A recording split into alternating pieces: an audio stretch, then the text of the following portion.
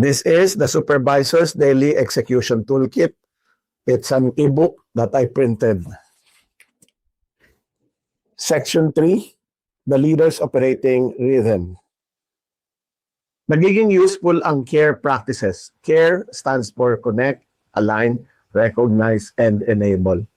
Nagiging useful ang CARE practices kapag ginagawa silang regular routines. Hindi pwedeng puro reminders lang. Urgency or personal effort lang ang sandigan ng supervisor. Strong execution needs rhythm. Ibig sabihin, may regular kang paraan para mag-create ng clarity, mag-check ng progress, makinig sa issues, mag-reinforce ng useful behaviors, magtanggal ng barriers at mag-review ng follow-through.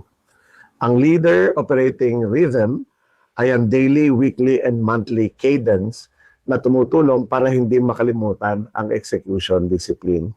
Hindi ito compliance form, practical guide ito para mapanatiling focused ang supervisor sa small routines na makakaiwas sa mga avoidable problems.